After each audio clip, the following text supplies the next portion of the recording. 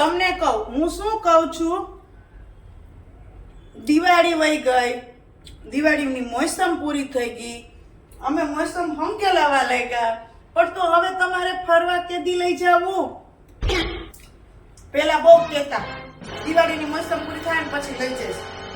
દિવાળીની મોસમ તો ક્યારની પૂરી થઈ ગઈ. કાંધું પીસું અમે તમને બનાવી દીધું. અત્યારે મજૂર મળતા નથી કે સતત ને સતત બેસીને ઢગલા પૂરા કર્યા કાંધાના.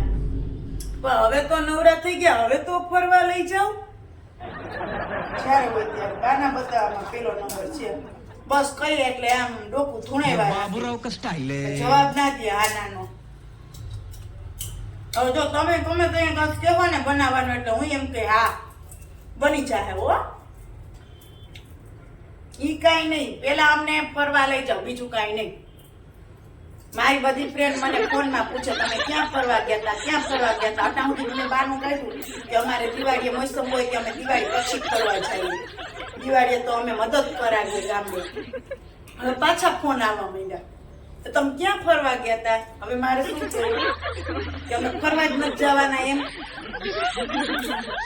હા તો જલ્દી નવરા થઈને ફરવા લઈ જાઓ.